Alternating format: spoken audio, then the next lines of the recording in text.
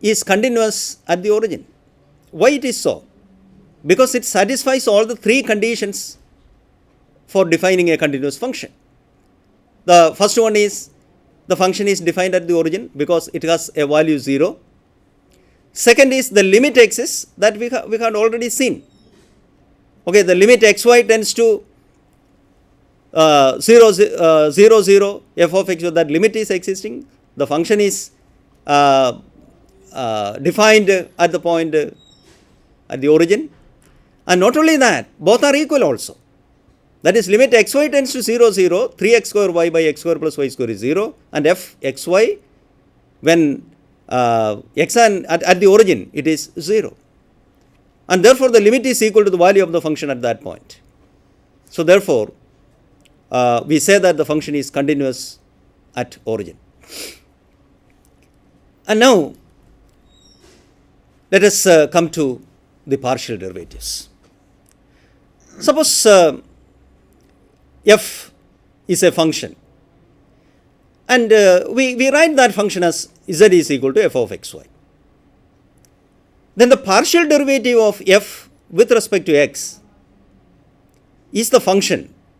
The partial derivative is a function which is defined like this: limit delta x tends to 0, f of x plus delta x y minus f of xy divided by delta x, provided the limit which you see on the right hand side, it exists. And we shall denote this by either by del z by del x or del f by del x. So, this is the partial derivative of f with respect to x. Now, partial derivative of f with respect to y is the function defined by limit delta y tends to 0, f of x y plus delta y minus f of xy by delta y, provided this limit exists. And we shall denote by del z by del y and del z by del x, del f by del y. And now, certain remarks I should mention. One is that this definition allows us to calculate partial derivative in the same way we calculate ordinary derivative, by allowing only one of the variables to vary. So, ordinary derivative comes when you know that it is a function of a single variable. Now, the second remark is the partial derivatives del f by del x and del f by del y give us the rate of change of f as each of the variables x and y change with the other one held fixed. Okay, if I want the partial derivative of f with respect to x, then I keep y fixed and the ordinary derivative of f with respect to x. So, this is the process. Now, another thing to be noted is they do not tell us how to change this x, how f is changing when x and y changes.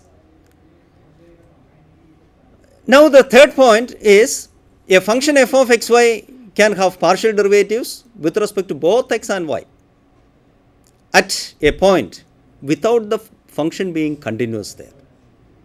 That is an important thing. You can have partial derivative with respect to x, you can have partial derivative with respect to y, still the function may not be continuous at a point. So, this is different from the function of a single variable, where the existence of derivative always implies the continuity. Now, for example, suppose you take this function f of xy is equal to 0, xy not equal to 0, it is equal to 1 if xy is equal to 0. Then you know this function is not continuous at the origin, but you can calculate both partial derivative with respect to x and partial derivative with respect to y. Both partial derivatives exist, but the function defined is this function is not continuous at the origin. Now, look to this function f of xy is equal to x square minus x cube plus x cos y. you are finding out the partial derivative of this with respect to x, then you have to keep y fixed. Then if you take this function and differentiate partially with respect to x, you keep y fixed, then you can make the differentiation as you do it in the ordinary derivative. So x square derivative is 2x and x cos y, derivative of x is 1, therefore it is 2x plus cos y. Similarly, for partial derivative of f with respect to y, you should keep x fixed and differentiate with respect to y. So you will get minus 3y square minus x sin y. Now you know that for ordinary derivative, the geometrical meaning of dy by dx, derivative of y with respect to x, is the slope of the tangent at the point xy. Slope of the tangent at the point xy of the function y is equal to, the graph of the function y is equal to f of x. Now for this function of two variables, you find out partial derivatives, then what geometric meaning you can give to the partial derivative with respect to x and y? Let z is equal to f of xy be the equation of a surface in R3. You know the graph of this function is a surface in R3. To obtain partial derivative of f with respect to x, we hold y fixed and then vary x and differentiate with respect to x. That is what we are doing. You know, to obtain del f by del x, we hold y fixed and at some constant value, say y naught, then you vary x. But the equation y is equal to y naught is the equation of a plane in space, parallel to the xz plane. Suppose when you take the intersection of this curve y is equal to y naught, that is a plane, and z is equal to f of xy, so that is a surface, their intersection will be a curve. Okay, so that intersection will be a curve, and for example, suppose the surface is shown there in the shaded portion, that yellow portion. Suppose any surface of that type you take and you keep a y constant, then you will get a plane. When you make this intersection, you will get a curve which is shown there, C. See, that curve is the intersection of the surface and the plane. And now you look to that point x naught y naught and you consider a tangent passing through x naught y naught. Partial derivative of f with respect to x at the point x naught y naught is nothing but the slope of the tangent line which is shown in the figure. So in the same way, in the case of function of a single variable, you give the geometric meaning as the slope of the tangent. The same way you can give a geometric meaning to of partial derivatives in this case also. Similarly, a partial derivative of y with respect partial derivative of f with respect to y, then you keep x constant, x equal to x naught, that is also a plane which is parallel to the yz plane, and then the intersection of the surface with this plane will be another curve, and there at the point x naught y naught you can have the same way a tangent, and the partial derivative of f with respect to y gives the slope of the tangent.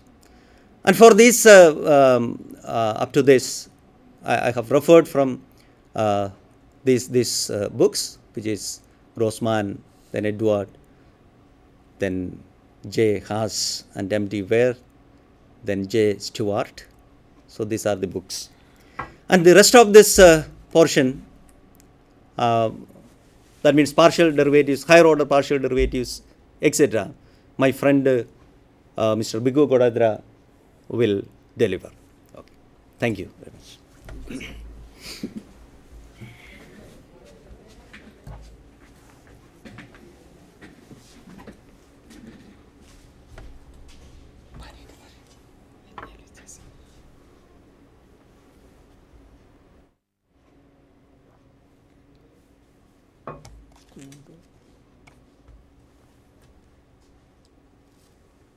Add करें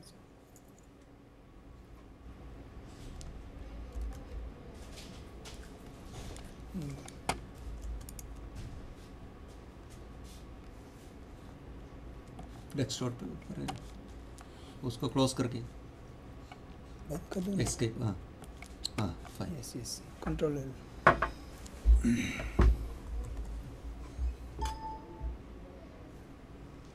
इसका क्यों नहीं हो रहा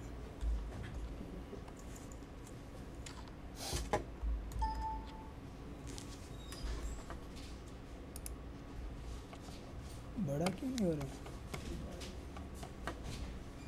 view एक minute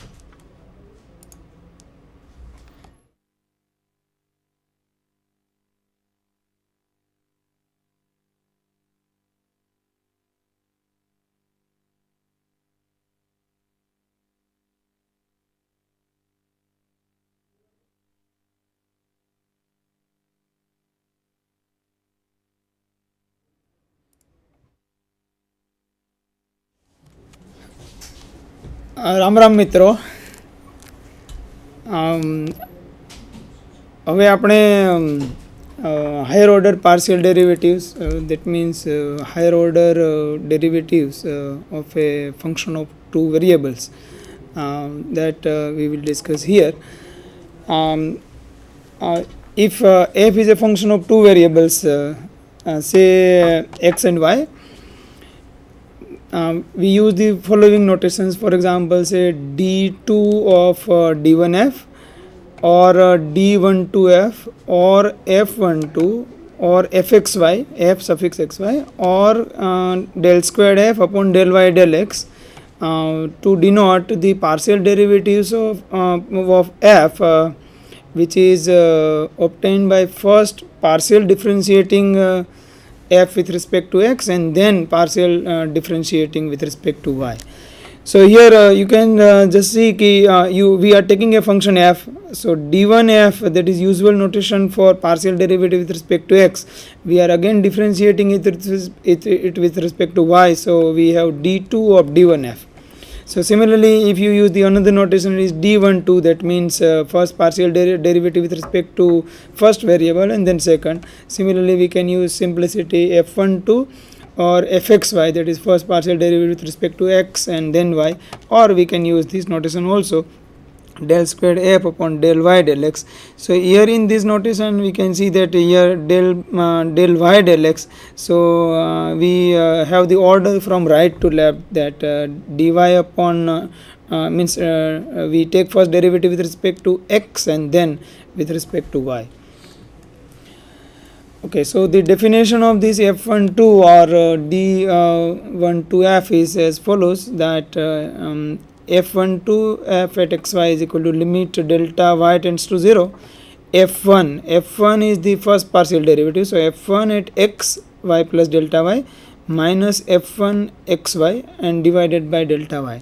Because f is a function of two variables, f1 is also a function of two variables, so provided this limit exists, so we are keeping here x fix and we are taking now derivative of this f1 with respect to y, so this is nothing but the f12, that is derivative of the function f1 with respect to the variable y, so we have here increment in y and then divide by delta y. So provided this limit exists, this is nothing but the second partial derivatives, in which we are taking first partial derivative with respect to x and then with respect to y, of course if the limit exists. Then we can use the following notations, d1 of d1f or d11f or f11 or fxx or del squared f by del x square. Here because of 1 or xx, it is the partial derivative of f with respect to x twice, so first we differentiate f with respect to x and then again the resulting function with respect to x. Definition is as follows, so we take function f1, we held y fix here and increment in x, so it is f1 of x plus x comma y, then f1 of xy divided by delta x, and we take the limit as x tends to 0. So this is derivative with respect to the first variable of the first derivative f1. So provided this limit exists, it is denoted by f11 or any one of this symbol. Then similarly we can consider the function f2 here and take the derivative with respect to x and y respectively, and we get the other two partial derivatives. For example, f21 at xy will be nothing but derivative of f2 with respect to x, so it is f2 of x plus delta x y minus f2 at xy divided by delta x, and limit as delta x tends to 0, provided of course limit exists. Similarly, f22 means we consider the function f2 and we take derivative with respect to y, so f2 at x y plus delta y, then f2 at xy and divided by delta y, provided the limit exists. So these are actually four second order partial derivatives. Because we have two first order partial derivatives f1 and f2. For one function f1 we have two derivatives, say f12 and f11. Similarly, for the function f2 we have other two derivatives, f21 and f22. So in that way, we have, for a function of two variables, there will be four second order partial derivatives. The definitions of higher order partial derivatives are similar. That means now we can take functions, say f11, f12, f21 and f22, and then take the derivative with respect to x and y respectively. And again we can see that there are various way of denoting the derivatives. For example, you can look at here that it is for example, say d112 f or f112 or f xxy, or del cube f upon del y del x or del cube f upon del y del x squared. These are all stand for the third partial derivative of f, which is obtained by first differentiating twice with respect to x, because here we have, for example, 1 1, so it is first partial derivative with respect to x, again partial derivative with respect to x, and then finally one partial derivative with respect to y. Okay, here we keep in mind that if we take the subscript notation, for example, these notations, so this one, in three notations, the order in which we take the derivative, it is from left to right.